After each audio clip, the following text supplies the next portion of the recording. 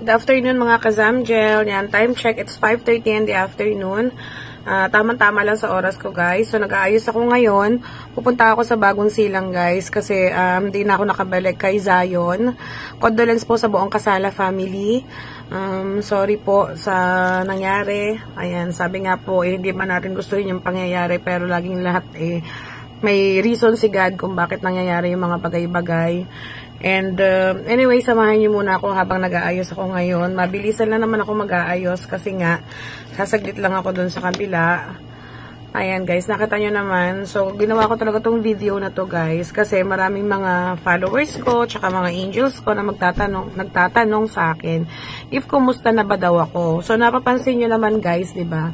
Hindi po ako nagla-live for almost 2 weeks after my birthday. Hindi po ako nagla-live or nagla-live selling. Ganon. Kasi guys, to be honest, so ayun nga guys, continue, sorry, naputol ako dahil nga ni Samira, ang ingay-ingay niya, nakapaligo lang. So, mag-aayos lang ako ng mabilisan again.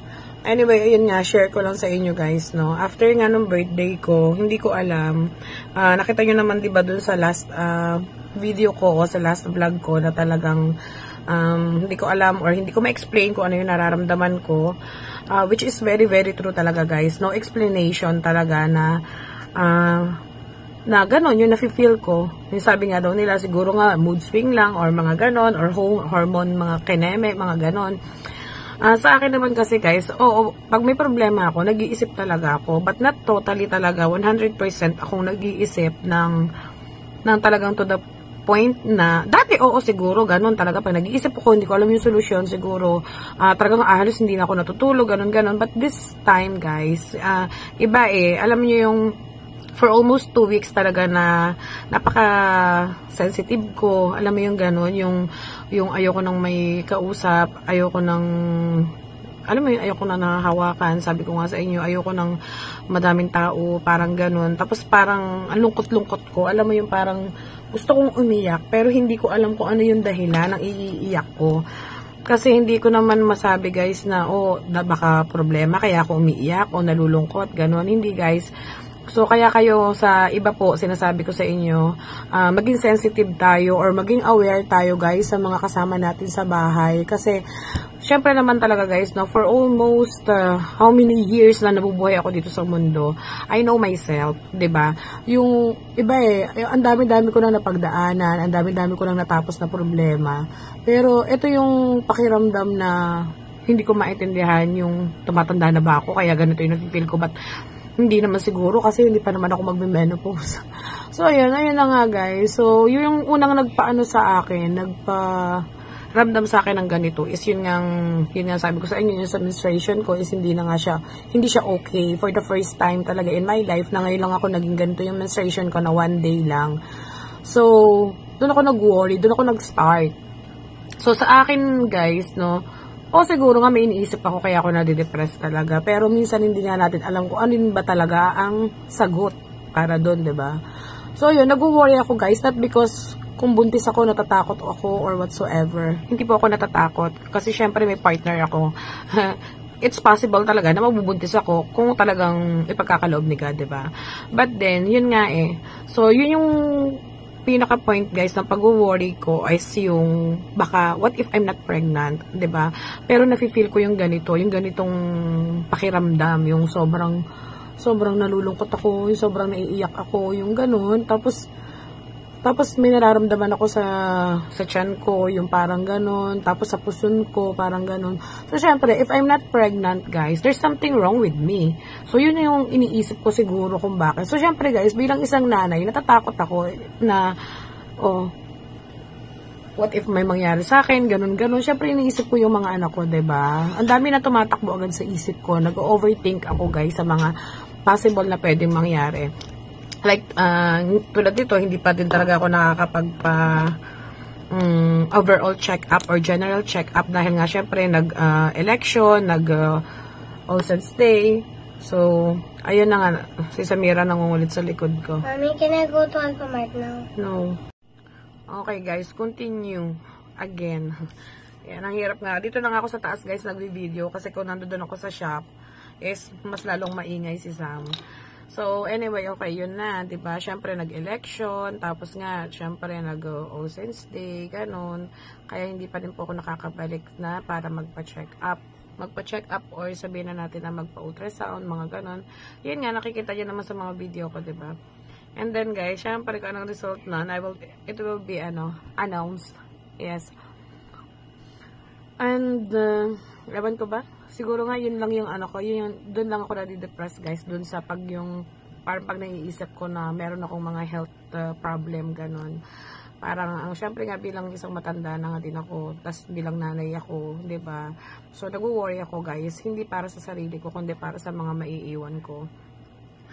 So, syempre, hindi naman masasabi natin na yung mga relatives ko o yung pamilya ko na kawawa naman sila pag nawala na ako. Kasi hindi naman sa akin umiikot yung buhay nila o yung mundo nila o ganun din naman sa akin. Yes, I help them. Yung mga kaya ko lang. Pero syempre, naaawa ako sa kanila pag nawala na ako kasi yung pain na maiiwan ko para sa kanila. So anyway, yan na nga. Nag-uusap na nga tayo regarding about sa pamamaalam. So hindi ako namamaalam, guys, ha. So, yun nga. Hindi ako namamaalam. Yung sa akin lang naman is, kailangan natin talaga mag-overthink, especially pagdating sa ating mga mahal sa buhay o yung mga pwedeng mangyari, guys. Kasi talagang, Diyos ko, pag nanonood ka naman talaga ng mga Facebook, mga news, diba? Ang dami-dami ng mga pwedeng mangyari na hindi natin alam. Tulad natin, parang naano natin na hindi natin alam kung hanggang kailan lang ba tayo sa mundong to, mga ganon. So, bilang tayo, gusto natin na, ayan, nagsasalamin ako, guys, kasi mahirap magkilay pagka ganito. So, hindi ko naman maitapat yung camera dito kasi nga, it's against the light. Then, yun na nga, di ba, yung mga napapanood natin sa news na parang isang iglap lang, kayang bawiin ang buhay mo. So, the sad part is, yung aalis tayo sa mundong to, na wala tayong naiwan sa mga mahal natin sa buhay, especially sa mga anak natin. Lalo na ako, guys. Sobrang worried talaga ako pagdating sa mga bata. Lalo na kay Sam. Kasi si Sam, hindi pa niya kaya yung sarili niya. So, ayun na nga. Para matuldo ka na nga, guys, yung aking mga isipin is talagang this Monday is pupunta na nga talaga ako ng doktor para lang matapos ng lahat, para yung mga, alam mo yun, napaka-clueless ko kasi sa mga sa mga nafe-feel ko, hindi ko masagot agad kung ano ba, ganito ba, ganyan. Kasi nga hindi ko rin naman talaga mismo alam, pero yun yung nararamdaman ko. So yun lang yung sinasabi ko. Pero sabi nga, kahit anong sabi ko nga, kung hindi naman talaga nga ako nagpapacheck pa or nagpapatest, wala rin talaga kasagutan ang lahat. So ayun, and then kaya kayo, guys, sabi ko nga sa inyo kanina, 'di ba? Dapat maging aware kayo sa kasama nyo sa bahay or sa mga friends nyo, sa mga malalapit sa inyo. Kasi, guys, totoo lang, pag yung depression, talaga, tumama sa inyo, as in sobrang iba yung pakiramdam. Totoo, naniniwala na ako dun sa mga salita na, or sa mga nangyayari na, ayun, nagpakamatay si ganito, nagbikti si ganito, kasi nga, dahil sa depression, ganon. Sabi ko, bakit naman? Sobra naman yun, na-depress lang, nagpakamatay na. So, diba, ang bilis-bilis sabihin sa atin yung mga ganong bagay, kasi hindi nangyayari sa atin. Pero talagang totoo, talagang this time talaga na na-experience ko to, dumarating ako sa point na gano'n, na parang okay na lang na mawala na ako, mga ganong bagay. So anyway, wag na natin pag-usapan. Basta para sobra-sobra talaga, sobrang serious talaga yung ganun talagang, yung ganong nararamdaman. Hindi po yun joke. Kaya sinasabi ko sa inyo, pag nakakaramdam kayo ng ganyan, ayan nga, tulad niyan, syempre, pasalamat na lang talaga ako, yun na nga, meron akong mga nakakausap dito sa bahay, may family ako. At isang additional pa talaga, guys, pag ang tao nakakaramdam ng depression, tapos nafe-feel niya na walang nag-aalaga sa kanya, or yung walang nagko-comfort sa kanya, mas lalong masakit yun para sa kanya, mas lalong nagiging, alam mo yun, yung mga, basta hindi ko ma-explain. Kaya dapat, pag mga ganon, guys, be sensitive. Huwag kayong, yung alam nyo na masama na yung dinadanas or pinagdadaanan ng kasama nyo is nagiging insensitive pa kayo sa feelings niya. Kasi, paano kung mangyari yun sa'yo? Tapos, dinedma ka rin niya. 'Di ba? Yung pala malala na yung nararamdaman mo. So, yun yung nakakalungkot, 'di ba?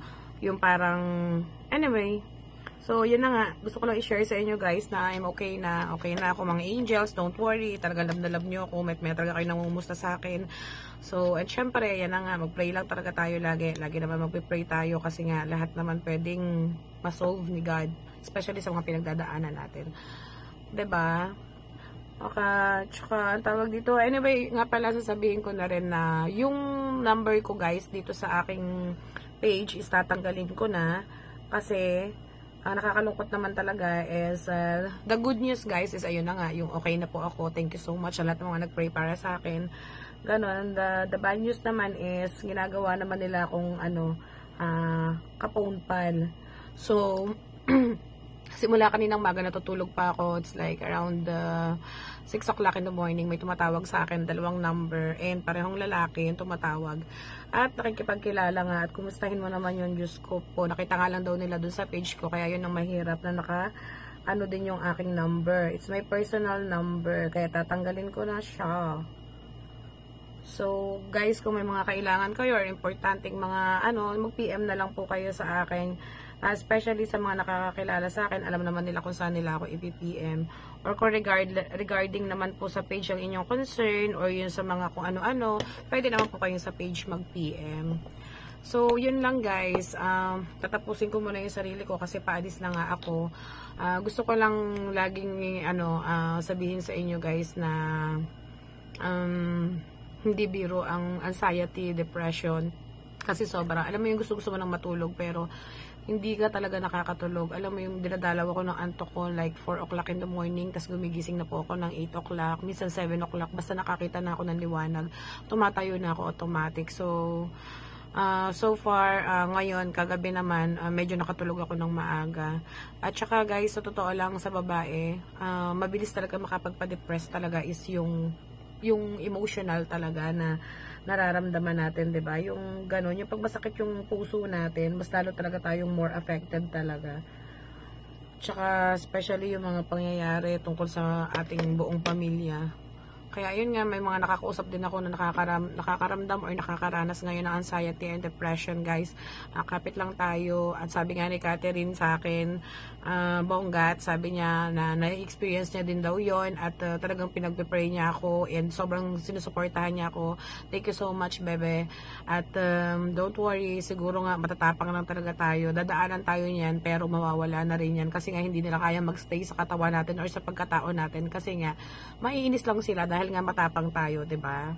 So, ayun lang guys, lagi nating iisipin, be sensitive guys kasi totoo lang, hindi nyo alam yung pwedeng magawa ng taong dumadaan sa depression. So, yan lang, bye and thank you so much.